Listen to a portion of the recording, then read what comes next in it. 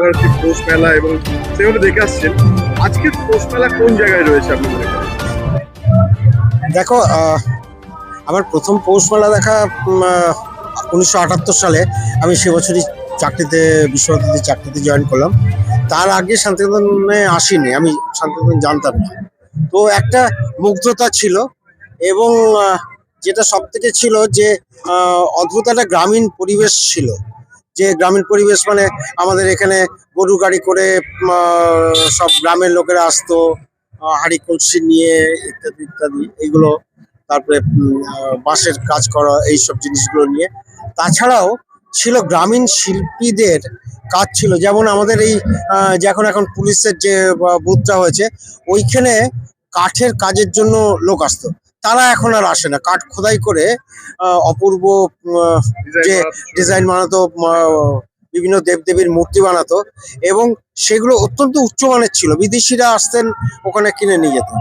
এখন সেটা বদলে গেছে। এখন বদলে গেছে মানে হয়তো আধুনিকতার জন্য সেই শিল্পীরা আর নেই, তারা অন্যদিকে চলে গেছে। তারপরে সে গরু গাড়ি নেই, এগুলো ওইগুলো বদলেছে। প্লাস হচ্ছে অন্য আধুনিকতা এসছে, পোশাক বদলেছে।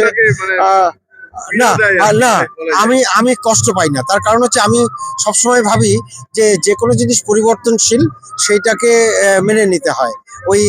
আমি পুরনো কবে কি দেখেছি সেইটা তো থাকা সম্ভব নয়। তাহলে তো আমাদের গরু গাড়িতে চেপেই ঘুরতে হতো। শান্তিনিকেতনে এত বাইক হতো না, এত মোটর গাড়ি হতো না। সময়ের পরিবর্তনের সঙ্গে সবকিছুই বদলাবে। আর কিন্তু সেটা মেনে নিতে হয়, এবং সেটা সবসময় সেইগুলোকে যাতে পজিটিভ সাইডে যায়, এটা দেখতে হবে যে যাতে ইয়ে হয়। তবে মেলা অনেক এখন, আগে একটু অবিন্যস্ত ছিল, এখন অনেক সুষ্ঠুভাবে হয়েছে। জলের ব্যবস্থা হয়েছে, তারপরে রাস্তাগুলো অনেক চওড়া হয়েছে। আগে যত্রতত্র সব ময়লা পড়ে থাকতো, টয়লেটের ব্যবস্থা খুব ভালো হয়েছে এখন।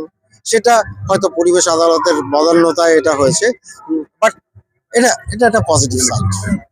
দেখুন, পৌষ মেলা রবীন্দ্রনাথের ভাবধারায় গড়ে উঠেছে, এবং মানুষের আবেগ, বিশেষ করে বাঙালিদের, এটা সমগ্র বাঙালি জাতির মেলা হিসেবে পরিগণিত হয়েছে।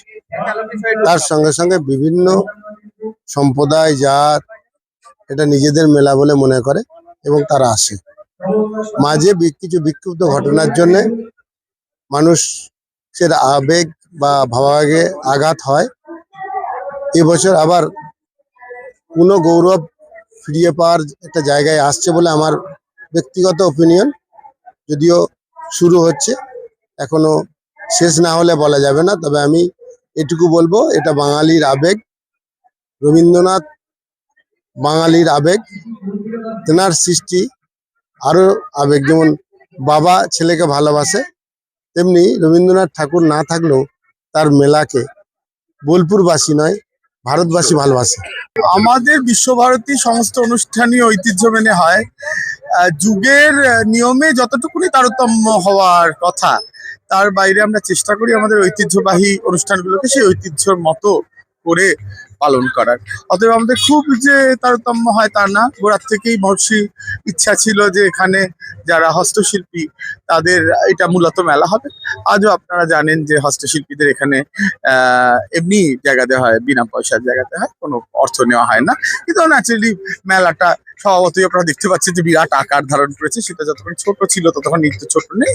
এটা একটা খ্যাতি, বিশ্বজোড়া নাম হয়েছে, এবং সেই কারণে অনেক অনেক মানুষ এখানে আসতে চান, এবং তাদের জায়গা দিতে দিতে আজকে অনেকটা জায়গা জুড়েই মেলাটা হয়। এই আয়তনের বিস্তারটি ছাড়া পৌষ মেলার চরিত্রগত খুব বৈশিষ্ট্যের তফাৎ হয়েছে তা নয়। মহর্ষি যা চেয়েছিলেন যে এখানে যেরকম ধরনের বিনোদন চলবে না, যে ধরনের খাবার খাওয়া যাবে না, সেগুলো আমরা মেনে চলি, জানেন। এবং মেলাটাকে আজকাল আমাদের পরিবেশ বান্ধব করতে, এত বড় মেলা হয়ে গেছে, এর থেকে তারা পরিবেশ দূষণের সম্ভাবনা তৈরি হয়, এবং আমরা জাতীয় যে পরিবেশ আদালত তার নির্দেশিকা মেনে যতদূর সম্ভব আমরা এটাকে পরিবেশ বান্ধব রাখার চেষ্টা করি।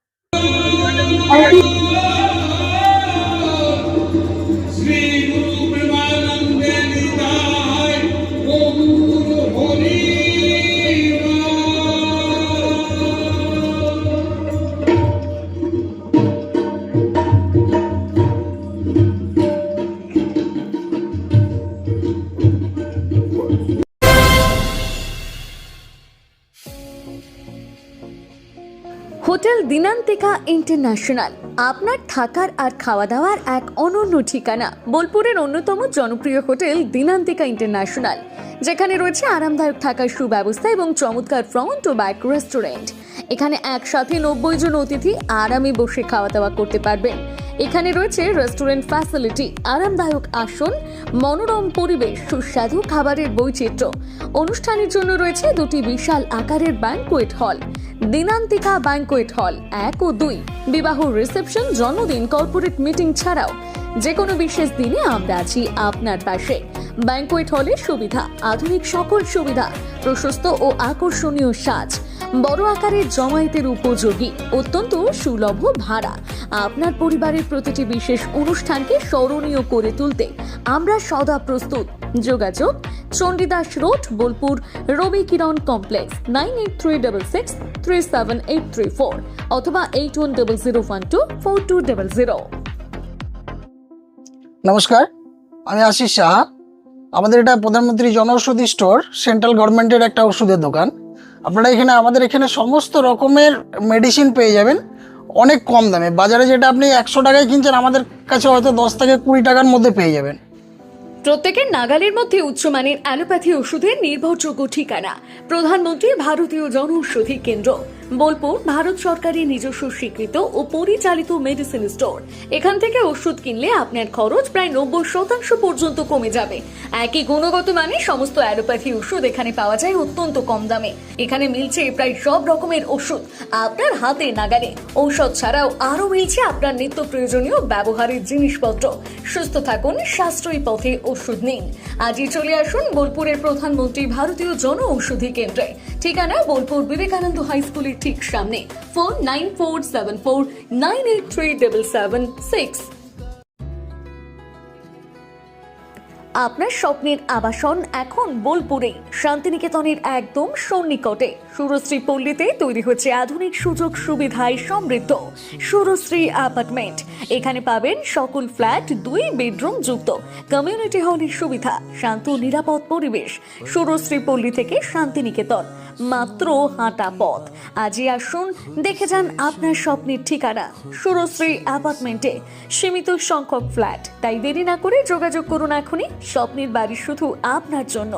যোগাযোগ 9434122043 অথবা 7584895832। বোলপুরে একমাত্র বস্ত্র সম্ভারের স্পেশাল কালেকশন, স্পেশাল মানুষজনের জন্য, পরিবারের সকল সদস্যের জন্য কেনাকাটা করতে চলে আসুন রাধাশ্যাম আগরওয়ালা সুশীলের দোকানে। আপনার মন মতো পোশাকের সম্ভার নিয়ে হাজির আমরা। মহিলাদের জন্য হাল ফ্যাশনের নতুন কালেকশন, পুরুষদের জন্য আকর্ষণীয় ডিজাইনের বিপুল সম্ভার। এছাড়াও বাড়ির কচি কাচাদের জন্য রয়েছে বিপুল পোশাকের সম্ভার। এক জায়গাতেই, এক ছাদের তলায় পরিবারের সকলের জন্য পাবেন বিভিন্ন ধরনের পোশাক। বোলপুরে বস্ত্র ব্যবসায়ের একমাত্র ভরসা রাধাশ্যাম আগরওয়ালা সুশীল। যোগাযোগ Radhashyam Agarwala Sushil, Shantiniketan road, Bolpur. Phone number 7908094539। নতুন বছর আসছে, তো সেই উপলক্ষে আমাদের নতুন বছর চমৎকার ভরতে এবার মেগা বাম্পার ফার্স্ট প্রাইজ, অর্থাৎ প্রথম পুরস্কার থাকছে ব্যালেনো সিগমা 4 হুইলার নিয়ে যেখানে খুশি চলে যেতে পারবেন, এবং সেকেন্ড প্রাইজ রয়েছে হিরো গ্ল্যামার এক্স বাইক তো সবসময় প্রয়োজন, নতুন করে বলার অপেক্ষা রাখে না, তাই আপনাদের প্রয়োজনীয় জিনিসই কিন্তু রাখা হয়েছে আকর্ষণীয় গিফটে। এবং থার্ড প্রাইজে রয়েছে হিরো প্লেজার পেয়ে যাচ্ছেন স্কুটি থার্ড প্রাইজে। এছাড়াও থাকছে আইফোন, মাইক্রোওভেন, ফ্রিজ। কুপনটা দেখুন যেভাবে আপনারা ড্রপ বক্সে ফেলবেন, নেম, ফোন নাম্বার এবং ইনভয়েস নাম্বার, ডেট এটা লাগবে এবং সিগনেচার করে কুপনটা ড্রপ বক্সে ফেলে দিতে হবে। সোনার গহনায় গল্প বলে যাওয়া ভরো জুয়েলার্স, অনুপম স্পর্শে।